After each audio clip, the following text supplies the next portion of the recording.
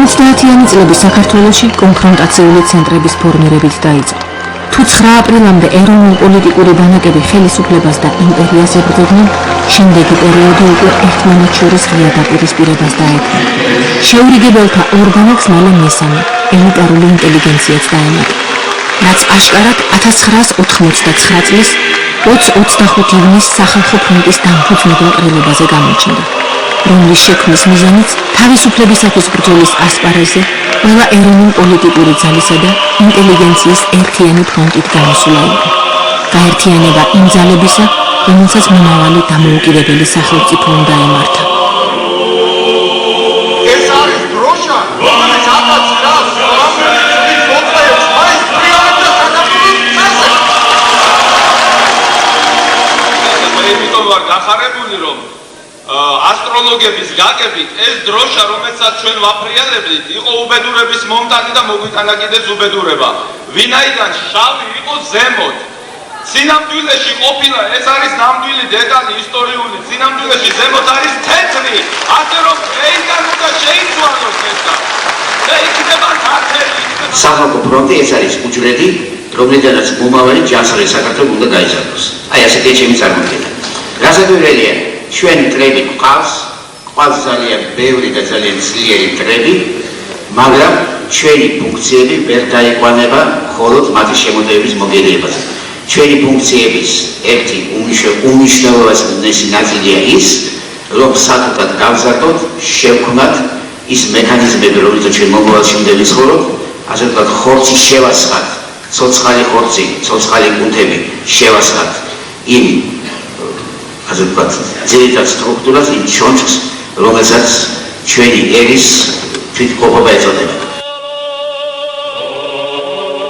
20-30-იანი წლებისაგან განსხვავებით, 60-იანელთა ეპოქაში კომუნისტურმა მმართველობამ ქართული ინტელიგენციისადმი დამოკიდებულება შეცვალა. საპატიო მოქალაქეებად დღეს არჩეული არიან. ისტორიულ მეცნიერებათა დოქტორი. ქვეყნის ინტელექტუალური ნაწილი ამ პერიოდში განსაკუთრებული პატივით სარგებლობდა. ცნობილ მწერალთა, პოეტთა და მეცნიერთა მეგობრობა პარტიულ ელიტასთან და მათ მიერვე ბოძებული პრივილეგიები ჩვეულებრივი მოვლენა გახლდათ. ედუარდ შევარდნაძის ცეკას პირველი მდივნობის დროს საქართველოში მან ედუარდ შევარდნაძემ განსხვავებული პოზიცია დაიკავა ინტელიგენციის მიმართ. მან თუ შეიძლება ასე ითქვას, გარშემო იკრიბა ქართველი ინტელიგენციის რჩეული ნაწილი. აი კინოხელოვნების, თეატრალური ხელოვნების, მწერლობის, პოეზიის წარმომადგენლები და სხვა და სხვა.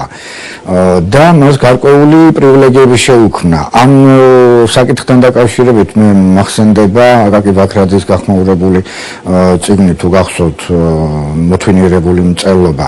ეს თითქოს იქით იყო გადადგმული ნაბიჯი, რომ აი ქართული მწერლობა კი არა, საერთოდ ინტელიგენციის წარმომადგენლები რაღაცნაირად შეეგუებინა და ლოიალური გაეხადა ესენი საბჭოთა ხელისუფლებისადმი.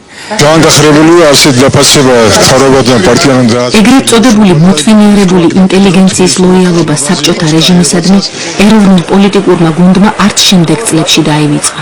მიუხედავად იმისა, რომ კომუნისტური მმართველობის დროსაც კი ერის ინტელექტუალური ნაწილი ეროვნული ენერგიის გამოვლენას ღიად თუ ფარულად საკუთარი შემოქმედების წყალობით ყოველთვის ახდენდა.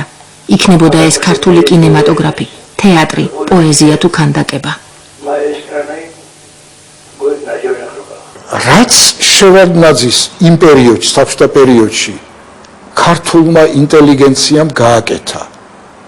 მე პირადად ერთი სტატიაც მაქვს მიძღვნილი, რომ ეროვნულ გამანთავისუფლებელი მოძრაობის ერთ-ერთი ეტაპად მიმაჩნია. მე მაგალითად, როდესაც შევარდნაძის დროს მერაბ ბერძენიშვილის ქანდაკება დაიდგა ალგეთელი მგლის ლეკვები. რა ადგილას? იქ დასახლებული უცხო ტომებით, რუსული სამხედრო ბაზებით გადაჭედილი და შესხერის ეს ქართველი დედა, ორი შვილი სამშობლოს დასაცავად მახვით შემართულები, აი სამშობლო წაიყვანე დამოუკიდებლობისათვის, სამშობლოს თავისუფლებისათვის ბრძოლისთვის, ხო? ეს დედა, ეს არის საბჭოთა, თანაც ეს შეფუთული მეორე მსოფლიო ომის მემორიალი და რაღაცა. მაგრამ იმ დროს ეს ხო ნათელი იყო, რატომ დაიდგა, რისთვის დაიდგა. ეხლა ეს მერაბ ბერძენიშვილი ნაკლები ეს არის მონაწილე ეროვნულ განმათავისუფლებელი მოძრაობისა, თუ აუცილებელია მიტინგზე უნდა გამოსულიყო და ეყვირა ძირს რუსეთიო, ეს რაც ამით გააკეთა და ქართულ ეროვნულ ფსიქოლოგიაზე და თვითშეგნებაზე მოახდინა გავლენა, რა ვიცი, ამაზე დიდი რა შეიძლება ყოფილიყო. ქართული ინტელიგენციისადმი უნდობლობა და ცინიკური დამოკიდებულება ჯერ კიდევ 1988 წელს ტრანსკავკასიური რკინიგზის პროექტთან დაკავშირებით გამოვლინდა. მაშინ ინტელიგენციის დიდმა ნაწილმა და ახალფეხადგმულმა ეროვნულმა მოძრაობამ ტრანსკავკასიური რკინიგზის მშენებლობის შეჩერება მოახერხა. რატომ მოაყოლეს დავით გარეჯას საქმესა დიდი ნაწილი აზერბაიჯანის რესპუბლიკაში? ნუ თუ არ შეიძლება და ცოტა ასე შემოეტრიალებიათ. შემდეგ იყო ერთობლივი ბრძოლა დავით გარეჯის გადასარჩენად. ახლა მოდიოდები აქავადის და მე მინდა პასუხი გავცე ამასთან დაკავშირებით. კონსტიტუციისათვის და 9 აპრილის სისხლისღვრის თავიდან აცილებისათვის. თუმცა მათი უმრავლესობის მისამართით მოღალატეების, შემოგზავნილებისა და გამყიდველების იარლიყი აქტუალობას მაინც არ კარგავდა.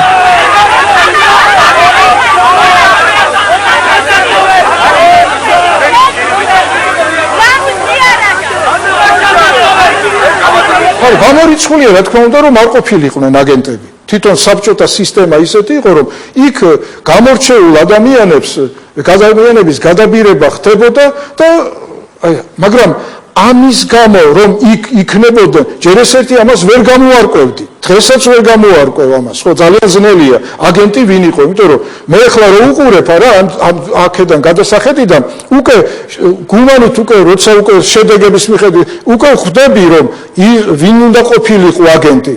და სინამდვილეში მაშინ ვერ წარმოიდგენდი იმას, რომ აგენტი სწორედ აგენტურას აქცენტი გადაქონდა სწორედ არა აგენტებისკენ, რომ იმაზე გეყვირა, რომ ის არის აგენტიო.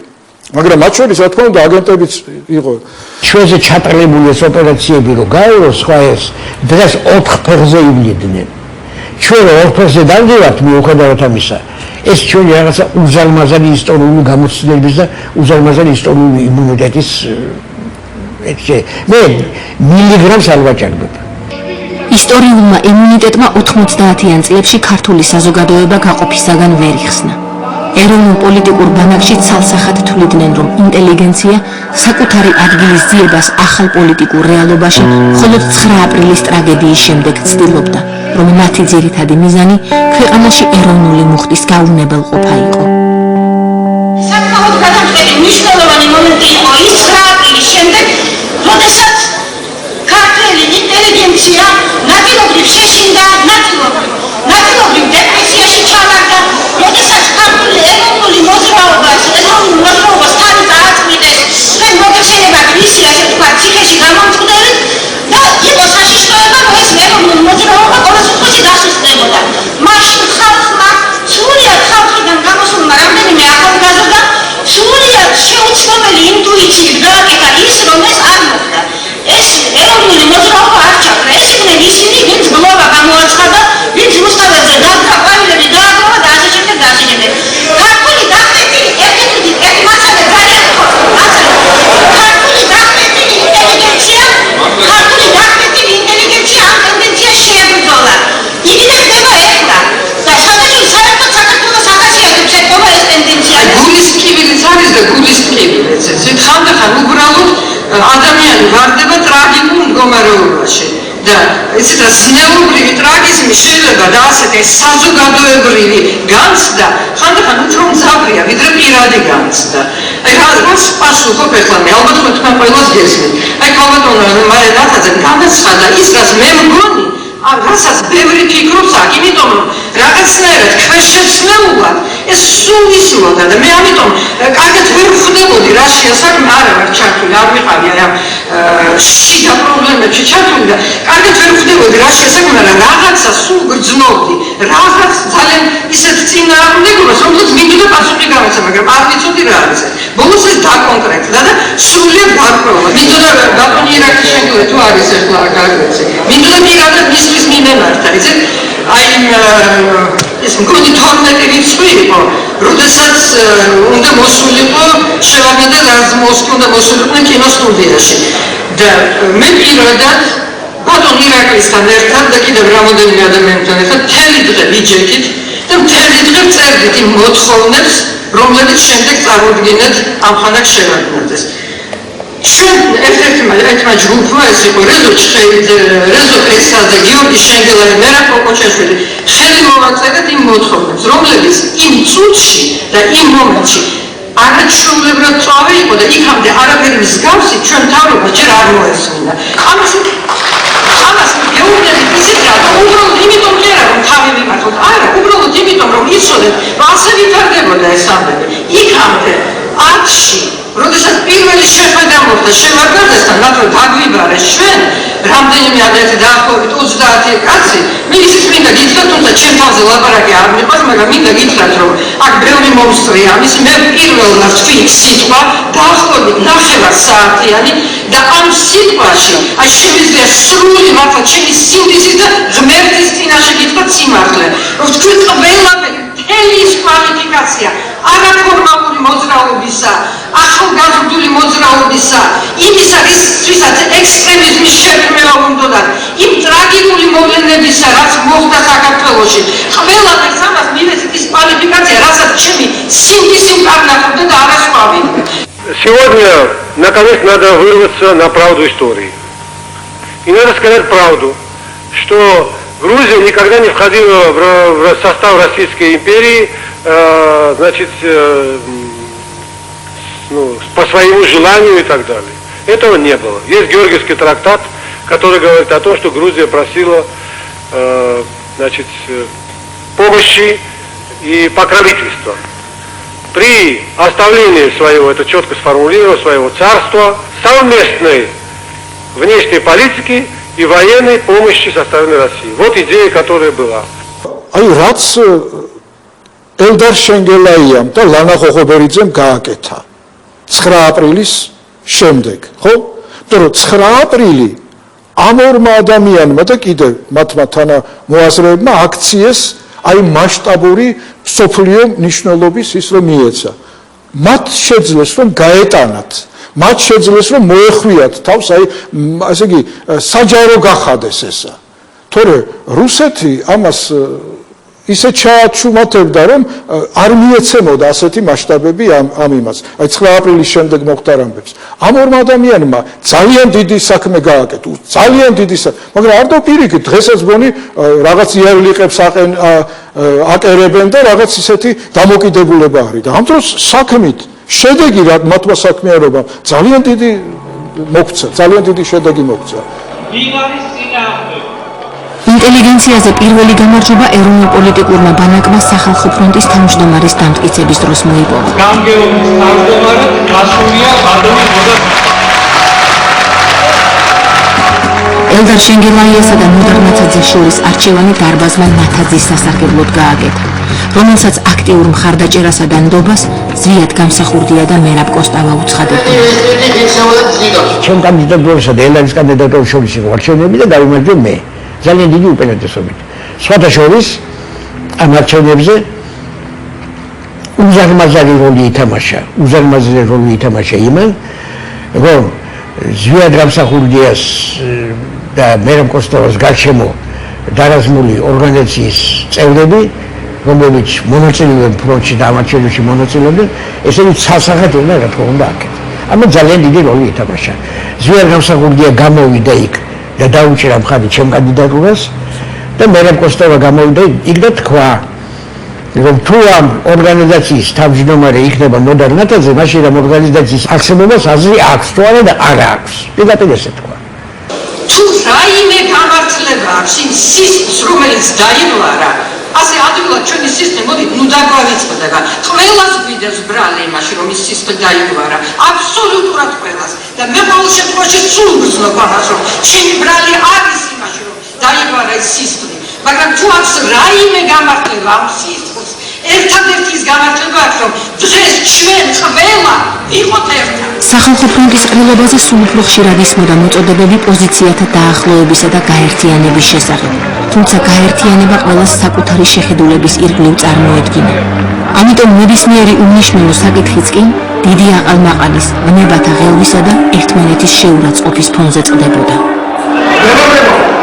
პატრიკ გუშინმა ზუსტად ასეთი რეაქცია გააკეთა ერთერმა თითქმის ერთი კვირის მანძილზე თუ 5 დღის მანძილზე სახალხო ფრონტის ყრილობა მიმდინარეობდა საერთო ანარქიისა და გნიასისა და ხმაურის პირობებში. ესე იგი, იქ აი მხოლოდ მაშინ გაჩერდებოდნენ ხოლმე ეს აუდიტორია იქ დაახლოებით 1500 თუ 2000 კაცი ეტევა ფილარმონიის საკონცერტო დარბაზში და მხოლოდ მაშინ ჩაცხრებოდა ხოლმე ეს ყრილობა თუ შეიძლება ასე ითქვას, როცა სტუმრები გამოდიოდნენ ბალტიისპირეთიდან, 4-5 კაცი იყო ჩამოსული. დანარჩენი იყო ყვირილი, იყო ჩხუბი, იყო რეპლიკები და ასე შემდეგ. ასე ცუდად ფსიქოლოგიურად არც ერთ კრებაზე, არც ერთ ხილობაზე არსად თავი არ გიუძლიო. აი ასეთი დამოკიდებულება მიუხედავად იმისა, რომ ჩვენ შევიკრიბეთ ასეთ სასიხარულო საქმეზე, როგორც არის პირველი ხილობა, აი ამ ფორტებმა მოქმედების სახელობამ და ეთიკის გარკვევამ ჩვენში გამოვიდა ესეთი დამოკიდებულება. თავიდანვე ცხარე კალათის საგამოიყო ფრონტის პროგრამა და წესდება, რომელსაც ყრილობის დელეგატთა რადიკალური ფრთა საბჭოთა კავშირის დემოკრატიულ მოძრაობას უფრო ადარებდა ვიდრე დამოუკიდებლობისათვის რეალური ბრძოლის ამსახველ დოკუმენტს. აქ არ ჩანს, რომ სახალხო ფრონტი იბრძვის საქართველოს ეროვნული და პოლიტიკური უფლებების დასაცავად. არ ჩანს, რომ იგი იბრძვის დემოკრატიული არჩევნების დასამკვიდრებლად. არ ჩანს სურათი ყოველივე იმისა, თუ რა მდგომარეობაშია საქართველო, რომ იგი ანექსირებულია, რომ იგი დაპყრობილი ქვეყანაა, რომ მას არ გააჩნია საკუთარი სუვერენული დამოუკიდებელი სახელმწიფო. და არ ჩანს, რომ სახალხო ფრონტმა უნდა იბრძოლოს ყოველივე არის აფრენისათვის. ეს პრინციპული ამდენი გახლავთ მეგობრებო, სხვაგვარად სახალხო ფრონტის არსებობას არავითარი აზრი არ აქვს, თუ ეს არ აირეკვა პროგრამაში. ეს არის შეიძლება ითქვას საბჭოთა კავშირის, ეგრეთ წოდებული საბჭოთა კავშირის დემოკრატიული მოძრაობების საერთო მიმართულება, საერთო მიმდინარეობა, მაგრამ რაც შეეხება ეროვნულს, აქ ჩვენ ვხედავთ ძალზე შესუსტებულს და ესე იგი ძალზე შეცვლილს, რომელიც ძალზე სუსტად გამოხატავს არაფორმალური ორგანიზაციების მოთხოვნებს. ძალზე სუსტად და შეიძლება ითქვას შეცვლილად. დაპირისპირებამ პიკს სახალხო ფრონტის სათათბიროს არჩევისას მიაღწია, რადგან დარბაზში მყოფმა რადიკალურად განწყობილმა უმრავლესობამ ზომიერ ელიტარულ ინტელიგენციას ფრონტის მმართველი ფართო წარმომადგენლობითი ორგანოს შექმნის უფლება არ მისცა. მარტივად კი ქვეყნის პოლიტიკურ ცხოვრებაში აქტიური მონაწილეობის საშუალება. რის გამოც ცნობილმა მეცნიერმა ალექსანდრე ჯავახიშვილმა, ფილოსოფოსმა მერაბ მამარდაშვილმა, მეცნიერმა გივი თუმანიშვილმა და კინორეჟისორმა რეზო ჩხეიძემ დარბაზი დატოვეს. ამ ფაქტმა გლობალური გათიშვის მნიშვნელობა შეიძინა. სწორედ მაშინ ითქვა დარბაზში არაერთი საქრესტონათიო სიტყვა, რომელიც მომავალში საქართველოს უახლესი ისტორიის წარეგაკვეთილად იქცა. რეაქციის მიხედვით ირკვევა, რომ ძალიან დიდი ნაწილი დარბაზისა, როგორც ჩანს თავის დროზე არ გაერკვა და ისე მოისურვა ამ ახალ მოძრაობაში მონაწილეობა. ფაქტია ეს, იმიტომ რომ ეს სულ თანდათანობით ეს ტალღა ერთად ზვირთდება, სულ უფრო და უფრო მეტად ირკვევა, რომ სრულებით არ გინდათ ის, რაც სახალხო ფრონტის იდეაშია ჩადებული.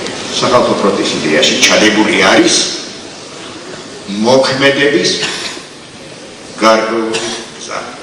ეს არის კონსტიტუციური, დემოკრატიული, სამართლებრივი მოქმედების გზა. აი ვისაც ეს გზა არ აწყობს, უნდა წინასწარ იცოდეს, რომ მას ის თავისი მისწრაფებების დაკმაყოფილებას ამ მოძრაობაში ვერ ანახავს. ძალიან ეს ყოველი პიროვნების სინდისის საქმეა. და მაპატიეთ, ეს სინდისი სხვარასმეცაც მოიცავს. შენ თუ შენი სინდისი არ გადაქვს უფლებას, რომ ამ გზით მიარო ერთი მიზნისაკენ საერთო მიზნისაკენ სხვას მოუშვი მაინც ხელს. ნუ ცდილობ რომ ააცდილო ის. თუ ჩვენ არ გავითვალისწინეთ რეალობები. ის რომ ეს ჩვენი გზა ხანგრძლივი იქნება, ძალიან მძიმე იქნება და ნაბიჯ უნდა ვიაროთ ამ გზაზე და მხოლოდ იმ მაღალი პრინციპების გათვალისწინებით, რომელსაც ჩვენს ყოველგვარ დოკუმენტებში ვდებთ. ჩვენ გვინდა რომ ვიყოთ დემოკრატები, ჩვენ გვინდა რომ ვიყოთ სამართლიანები, ჩვენ გვინდა სხვადასხვა რაღაცები და მოგადიეთ აქ ისეთნაირად მიდის საქმე, რომ იმავე მეთოდებით გვთავაზობენ მოქმედებას, როგორი მეთოდებიც ჩვენ აგერ ამდენი ხანია უკვე განცდილი გვაქვს და ვიცით რითი თავდება ძალადობა, ნგრევა მოაქვს მხოლოდ და მხოლოდ ძალადობა და ნგრევა და სხვა არაფერი. კარგად დაუპირდით ამას. დიახ, სადაც დავხედავ, ნუ გეშინიათ. და მოდი დაუპირდით იმას, რასაც შარიხართ. ეს ჩემი გაფრთხილება.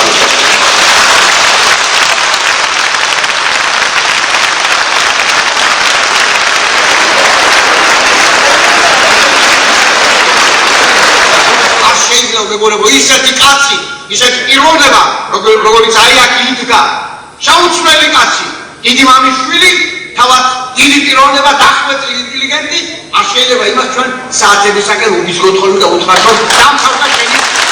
არ შეიძლება ამას ჩვენ საკუთარ თავს ვერ ვაპატიებთ. ამიტომაც უნდა ეს მოსმაია არ შეიძლება. არ შეიძლება მეგობრებო, აქ მიტინგი არ არის, აქ არის ინტელიგენციის შეკრება, აქ სხვა პიროვნებების, აქ ღირსეული მამულიშვილების შეკრება. ვიყვარდეთ აქ სიმძულვილი არ უნდა შეიმოვდეს, არავის არ შემთხვევაში. აქ არ შეიძლება შუაზე გაყოფა ისედაც დაყოფილია დახრეჭილი საქართველოს. საშინელება ეს მე იმიტომაც მინდოდა გამოყვა რომ რაღაც მენიშნა. მერთმა ნუქნას არაფერი ქვეყანაზე არ მეორდება მეგობრებო. არც დღევანდელი დღე გამეორდება. არც ის საშინელი დღეს, მაგრამ მოვიდა მაშინ კაცი და ჩვენ გაგვაფრთხილა. ეხლა ვამბობთ რომ არავის არ გაუფრთხილებივართო. გაგვაფრთხილა და არ დაუჯერეთ. წავიდა ის ღვთისმიერი კაცი. გაგვაფრთხილა და ისე წავიდა. დღეს მოვიდა კაცი, კვლავ გაგვაფრთხილა და წავიდა მეგობრებო. მე რაღაც საერთოდ ხედავ ამ გაფრთხილებასა და იმ დღევანდელ გაფრთხილებას შორის. გაუფრთხილდეთ ერთმანეთს. არ შეიძლება ჩვენი გაუფრთხილებობა ვიყოთ. ჩვენთან ეხლა შეიქმნა რაღაც ესეთი სიტუაცია, ისეთ რომ არის აი დიქტატი საზოგადოების. ეს ძალიან კარგია და არაჩვეულებრივად მისასალმებელია, მაგრამ ამავე დროს უნდა არსებობდეს მეორე მხარეს. პიროვნებას უნდა კონდეს უფლება თავისუფლად გამოხატოს თავისი აზრი და ეს აზრი არ უნდა ხდებოდეს აი რაღაცა გაკიცხვის და გაკილვის საგანი. მე მეგონა რომ ეს ყრილობა ჩვენ გაგვაერთიანებდა. ყრილობაზე მე პირადად მოვედი უდიდესი იმედებით. მე ვფიქრობ რომ ჩვენ უფრო დაშლილი ვართ დღეს ვიდრე ვიყავით ყრილობის დასაწყისში. ბატონო ნოდარ, მე თქვენ დიდი იმედის თვალით გიყურებდით. თუმცა ისე წარიმართა ყრილობა რომ მე თქვენთვის ხმა არ მომიცია. მე თქვენ წინააღმდეგ მოგეცით ხმა. წინააღმდეგ მოგეცით ხმა იმიტომ რომ თქვენ ყველა ღონე იხმარეთ იმისათვის რომ სახალხო ფრონტი დარჩენილიყო ლალი ჯავახიშვილის, მერაბ მამარდაშვილის, იყო ჭავჭავაძის და იმ დაფუძნებელი ჯგუფის გარეშე. ჩვენ ბავშვები არა ვართ. შესანიშნავად ხედავთ ბალკონი ვიცი რა ხალხით არის სავსე. ენი შემოქმედებით ინტელიგენცია არის აივარზე ასული, რომ ის არ იყოს მობილური, რომ ჩვენ არ შეგვეძლოს აქტიური მონაწილეობის მიღება ყრილობის მსვლელობაში. როგორც ცნობილია, ერთ-ერთი სხდომის დროს, ასე ვთქვათ, ელიტარულმა ინტელიგენციამ დატოვა სხდომათა დარბაზი. აი, რა იყო ამის ძირითადი მიზეზი? იმიტომ დატოვა, რომ დაინახა, რომ სახალხო ფრონტი არა მარტო თავმჯდომარის სახით, არამედ გამგეობის სახით ყალიბდება როგორც არა ყავის მსმელი და მოლაქლაკი ორგანიზაცია, არამედ როგორც მებრძოლი ორგანიზაცია. ბრძოლაში შედის აზროვნება, ბრძოლაში შედის ორგანიზება და ბრძოლაში შედის ომი. აი ასეთ ორგანიზაცია ჩამოყალიბდა. ჩვენ ვეღარ ვთქვით, აღარ შეგვიძლია იმდენად ვართ აღებნებულები, ჩვენ თავს არ ვართ დაწნარების საშუალებას და რაღაც ნორმალურის მოფიქრების საშუალებას. ამიტომ ეს ნორმალურია, გურამასათია შევიათ აქ ეს ორგუნებრივი ქართული კაცი მართლა ისია. 70 წელი ხო ვეკვებოდით ყველაფერს. ეხლა აბსოლუტურად რადიკალური პოლზე დავდებით, არაფერს გაგონება არ გინდა. რატომ ვერ ვბაზავთ რესტორანში? ზემი ვერ ვბაზავთ. ჩვენ ქართველები ვარ. იმათ აქტივიშნა რომ დასმენ რაღაცაზე იკითხონ, ნაბიჯ გატონო თავეთი მოგვედება და იყოს იმათი ბრძოლა, მომგებიან. ჩვენ არ შეგვიძლია დავსვათ ერთმანეთს უსვით. ჩვენ ერთი სული გვაქვს. კი ბატონო, თუ მე ვწდები, იმიტომ ახლა. კარგი, კი ბატონო. ჩვენ გვინდა ესეთი ლიდერი, მაგალითად გვინდა ყავდეს ილია ჭავჭავაძე, მე ერთხელ გვინდა დარწმუნებული ვარ. ჩვენ ილია ჭავჭავაძე ყავდეს, დიდი ერთი კვირა მოусმინოთ იმას. კვირის თავზე ავიმანდით საკურამში, ტყვია შუბში და მოთავებულია იმის საკ. მე რამაჯერ ამაში დარწმუნებული. იმიტომ რომ ეს ჩვენი ბრალი არ არის, ეს ჩვენი ბრალი არ არის, ჩვენ ბოლშევიზმმა ისე გადაგვაგვარა. ბოლშევიზმმა ისე გადაგვაგვარა, ჩვენ არანაირი რაღაც ჭკვიანური და დარიგების მოსმენა არ გვინდა. ჩვენ ერთი სული გვაქვს, როდის დავამხობთ იმპერიას და არაფერზე არ ვფიქრობ. ეს ჩვენი ბრალი არ არის, აქ ქართული გენიც არის, ძალიან განსაზღვრელი ფაქტორი, ქართული ფენომენი და ქართული სისხლი. პლუს ამას დავუმატეთ ბოლშევიზმი, რომელიც 70 წელი ჩვენზე ბატონობს და ჩვენად გადაგვაგვარა. ეხლა იმაზე ფიქრი უნდა დავიწყოთ.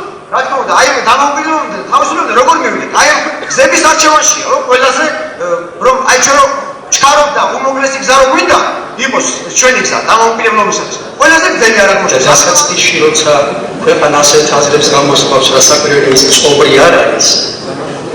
მასა არც ლოგიკას მისდევს, რასაც ჩვენ ინდივიდის ლოგიკას ვეძახით და თავის წესები არის.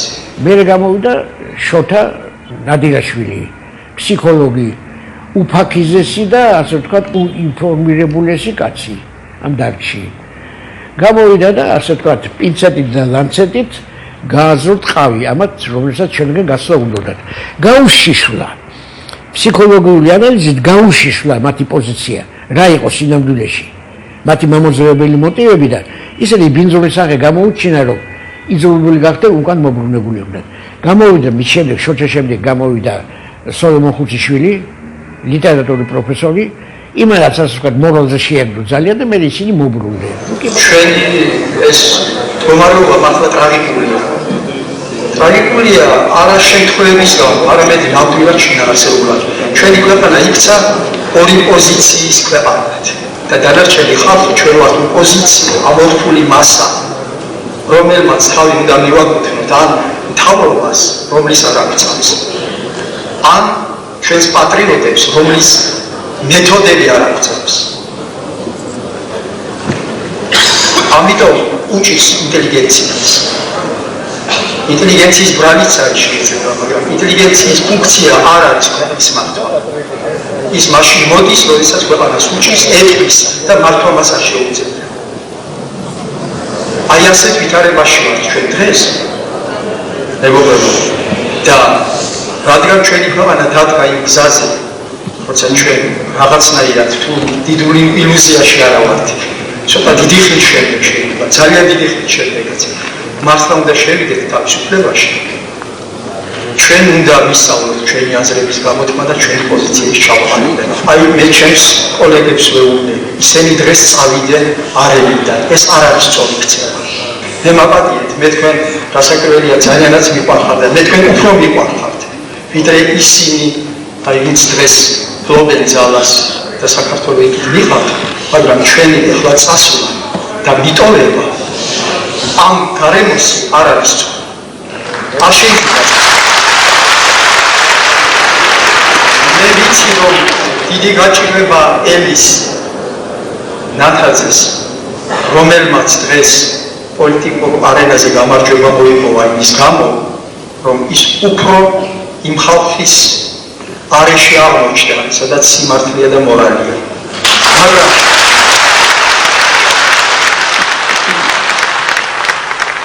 მაგრამ მე ვიცი, რომ ერთი ფუნქცია არ აქვს იმ ხალხს, იმ გმირებს, სიცოცხლეს დებს, თავისას, ვისაც ყველაფერი აქვს თავის სამშობლოში და იმ ხალხს ჩვენ სახალხო ფრონტს, რომელმაც არა მხოლოდ ასეთი ძებით, არამედ თავისი ძალებით უნდა იბრძოლოს და ამ ბრძოლაში არანაკლებ ტრაგიკულია, რომ ჩვენ თავობასთან ურთიერთობა უნდა დაამყაროს. როგორ უნდა გამოეყოს ის ფორმალებს, როგორ უნდა ჩადგეს შუაში, როგორ უნდა მიიღოს ჩვენი თავობის ძალა და ჩვენი არაფორმალების მორალი, ეს უდიდესი ამოცანა. მე არ მგონია შეიძლება ადამიანს ეს ამოცანა გადაწყვეტოს, თუ არ დავეხმარეთ ჩვენ, თუ არ დაეხმაროთ ჩვენი ინტელიგენცია. ამიტომ მე ძალიან გთხოვთ, მეგობრებო, ქართველმა კაცმა რომ ისწავლოს ცხოვრებაში მეორე კაცის ჩვენს უპირველეს როლს თამაშობს, მეორე კაცის როლის თამაში ის პირველი გახდება.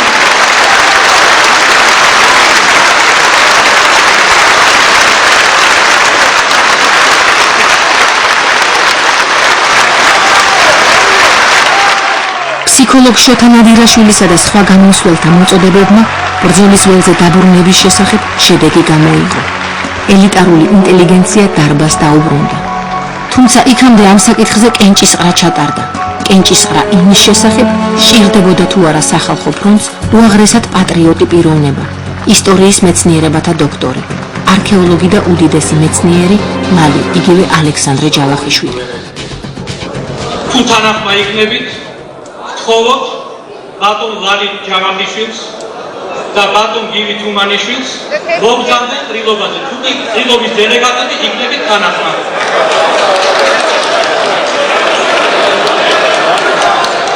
გთხოვთ, ვინც თანახმა არის, ხელი აიწიოს. სიჩუმე იყოს და დამხმარე კომისიას გთხოვთ დაითვალონ რაოდენობა. მე დავუშვით მანდატები. ბატონ ალექსანდრე ჯავახიშვილს ძალიან დიდ პატივს ვცემ. იგი ისეთი ამის შვილია, რომ უბრალოდ არ შეიძლება აქ არსებობდეს ადამიანი, რომ დიდ პატივს აქცევდეს მაცალეთ ბოლომდე, მაგრამ მან გუშინ კინაღამ კრება ჩაგუშალა და ამიტომ მე წინააღმდეგი ვარ, რომ ის ლალი ჯავახიშვილის დარბაზში დაბრუნების წინააღმდეგ 470-მა დელეგატმა მისახმა. 477-მა კი მხარი დაუჭირა. ჩვენი დარბაზი დატოვა კეთილმა სულმა და ჩვენ ავიღეთ. ეს კეთილი სული მე მეჩვენება ბატონ ალექსანდრე ჯავახიშვილის სახით.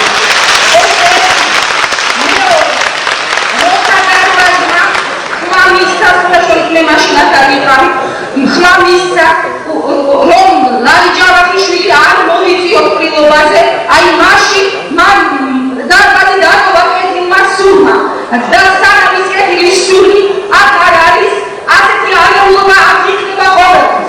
მეორეც ჩვენ მე მგონი ვირჩევთ გამგეობას, გამგეობა ეს არის გონი უპირველეს ყოვლისა და როცა საქართველოს ქართული გონის წვერალი ჩემი საზრით ბატონი მამარდაშვილი უარს სამხობს ამაზე, ჩვენ არაფერი წარმატება არ მივიღებია.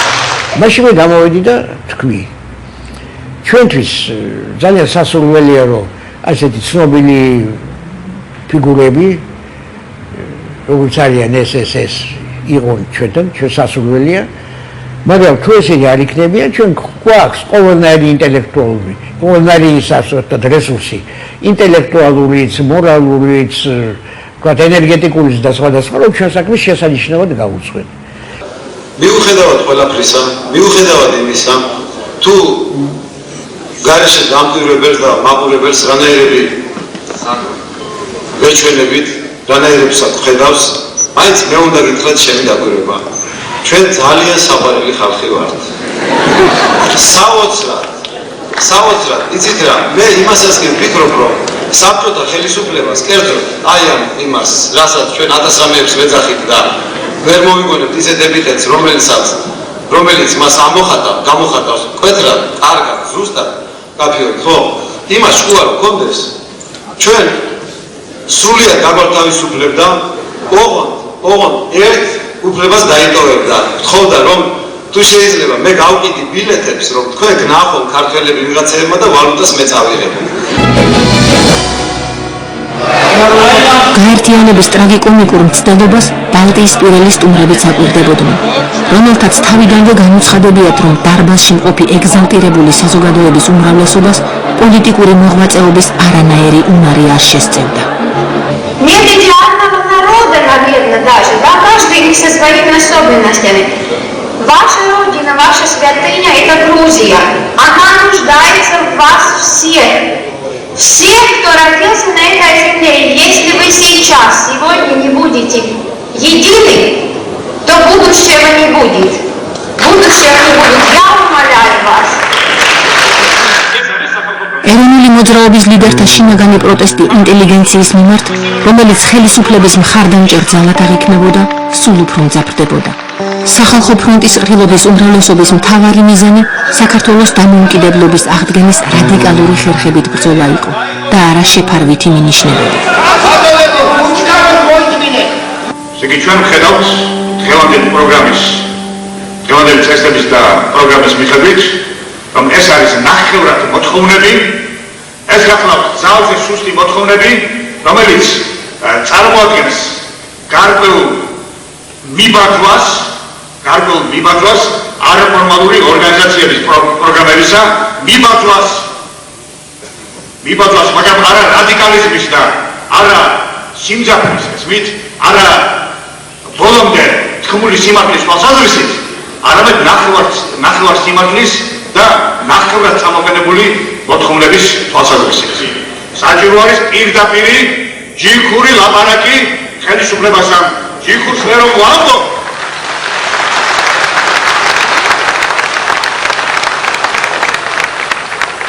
ჯიქურს რომ ვამბობ, ეს არ ნიშნავს, რომ ჩვენ რაღაც ძალის, ესე იგი, პოზიციებიდან გამოდივართ და ვაპირებთ ამ შეიარაღებულ აჯანყებას ან ხელისუფლების გაუქმებას ძალის მეოხებით.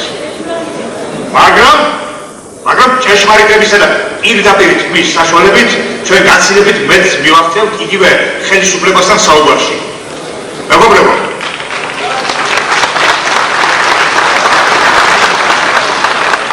სახალხო ფრონტი იარსებებს მხოლოდ იმ შემთხვევაში, მე ეს მithmamsa კლავი მეორე, მხოლოდ იმ შემთხვევაში იარსებებს, თუ კი იგი დააგება არაფორმალური ორგანიზაციების გზას და იქნება ისეთივე რადიკალური და პირდაპირი. სხვანაირი სახალხო ფრონტი ვერ იარსებებს. ეროვნული მუხტის გაღვივებაში რადიკალთა მნიშვნელობას კარგად ხედავდა საზოგადოება და ინტელიგენციაც. ერთ-ერთ გამოსვლაში რეზო ჩხეიძემ არაფორმალებთან ურთიერთთანამშრომლობის ზოგადი თეზისიც კი ჩამოაყალიბა. არაფორმალთა მოძრაობა ყინულმჭრელივითაა, რასაც ისინი მოიპოვებენ, ჩვენ უნდა დავაკანონოთ.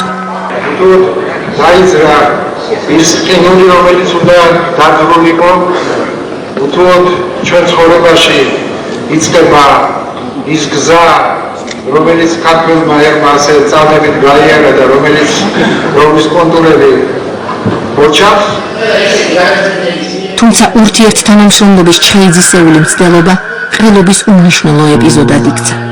დარბაზი უკმაყოფილოდ ხვდებოდა ახალი ქართული სახელმწიფოს შექმნისათვის ბრძოლის ფრთხილ და ზომიერ ნოტებს. კრემლში კი ვითარებას აკვირდებოდნენ. მოღვაწეობა მე ამაზე საყვედური უნდა უთხრა ჩემს მეგობარს ჯასურ ჩარკვიანს ამ გაზეთს იწყებს ორი ნომერი ქართულ ენაზე და რუსულ ენაზე სტატიები პარალელურად ეს არის სახალხო ფრონტი რუსულ ენაზე არის სტატიები სახალხო ფრონტის გაზეთში როგორ შეიძლება ეს მეგობრებო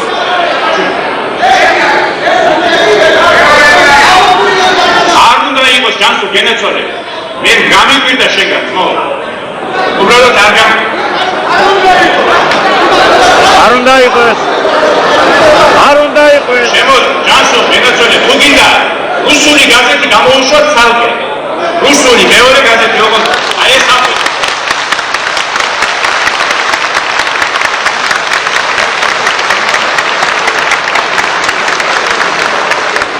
იმიტომ რომ საქართველოში უმრავლესობა რაიონებში უკვე გამოდის ეს ორენოვანი გაზეთები არა მარტო აფხაზეთში არა მარტო ოსეთში არამედ სხვაგანაც ორენოვანი და სამენოვანი გაზეთები, ოთხენოვანი, მალე ოთხენოვნებას დაფინანსებენ ამ საქართველოში ეუბნებით.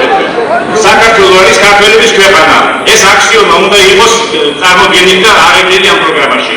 და უნდა კონსტიტუცია უნდა გამოხატებდეს ქართველი ენის ინტერესს. ამავე დროს მართლაც კი ეროვნების ინტერესებს, რა ეროვნებისაც არ უნდა იყოს ის. არა ერების ინტერესებს, შემდეგ აზერბაიჯანის ინტერესებიც წავიდეთ, მეგობრებო. და თუ ვინმე იმის არა ის ამაცლება უბრალოდ.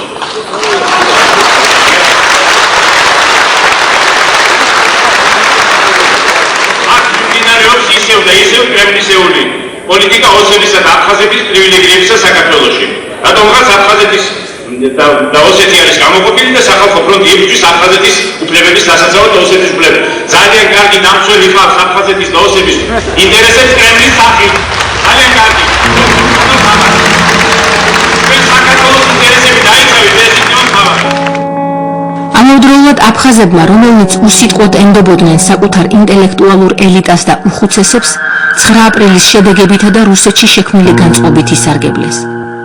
კრემლის შოვინისტურ ძალებს ანტიქართული არგუმენტისათვის მორიგი საბაბი სჭირდებოდათ. არგუმენტი კი ქართულმა მხარემ სოხუმის უნივერსიტეტის ქართული ფილიალის გახსნის სახით დადო, რასაც ეროვნული მოძრაობის ლიდერები ეწინააღმდეგებოდნენ.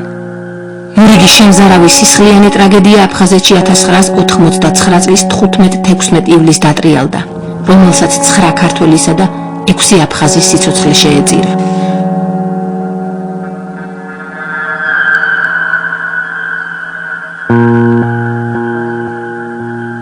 მოსალოდნელ უმართავ პროცესებზე სახალხო ფრონტის ყრილობის აფხაზი დელეგატი ადამ არშანია ცოტა ხნით ადრე საუბრობდა. იქედან აღზარდუშობით დავიბადე, გავიზარდე აფხაზეთში და ვიცი ბრწყინვალედ რა მდგომარეობა არის მან. არავითარ შემთხვევაში არ შეიძლება დღეს ამაზე ლაპარაკი. შეიძლება მსჯელობა თუ რა არის ეს ავტონომია. სწორია, არასწორია, რატომ იყო შემოტანილი და რა შედეგი მოგვცა ჩვენ ამ ავტონომიამ. არ შეიძლება ეხლა და ავტონომიის გაუქმებაზე ლაპარაკი.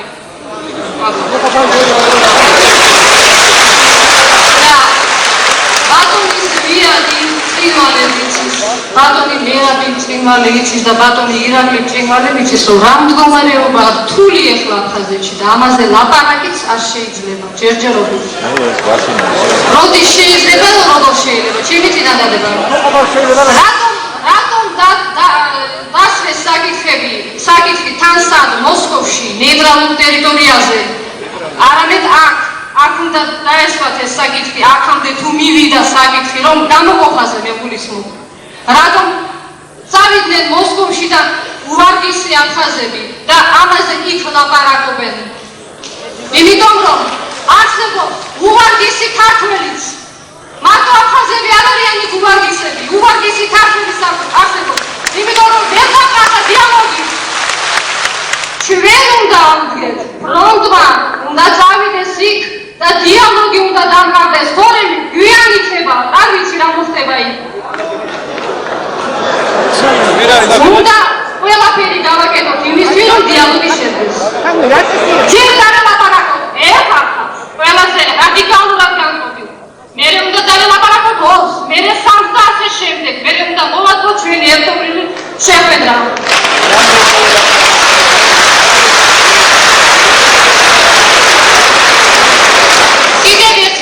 იურისტი უნდა გაგაფრთხილოთ, არავითარ შემთხვევაში ჯერჯერობით ანექსის შესახებ ჩვენ პროგრამაში არ უნდა შევიტანოთ აბსოლუტურად.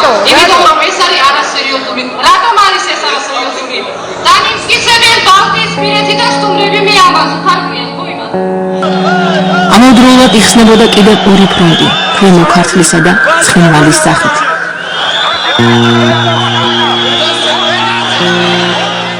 ხუთდღიანი ვნებათა ღელვის ფონზე სახალხო ფრონტმა იურიდიული სტატუსი მიიღო.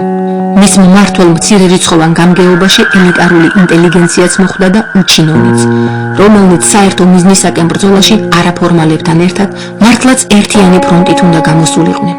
თუმცა მოვლენათა განვითარებამ ცხადყო, რომ ერთი მთლიანი სხეულის ნაცვლად ორი შეურიგებელი ძალა ჩამოყალიბდა. ინტელიგენციამ რადიკალიზმი უარყო, რადიკალებმა კი ინტელიგენცია, რაც ზვიად გამსახურდია ხელისუფლებას, მოგვიანებით ბუმერანგივით დაუბრუნდა.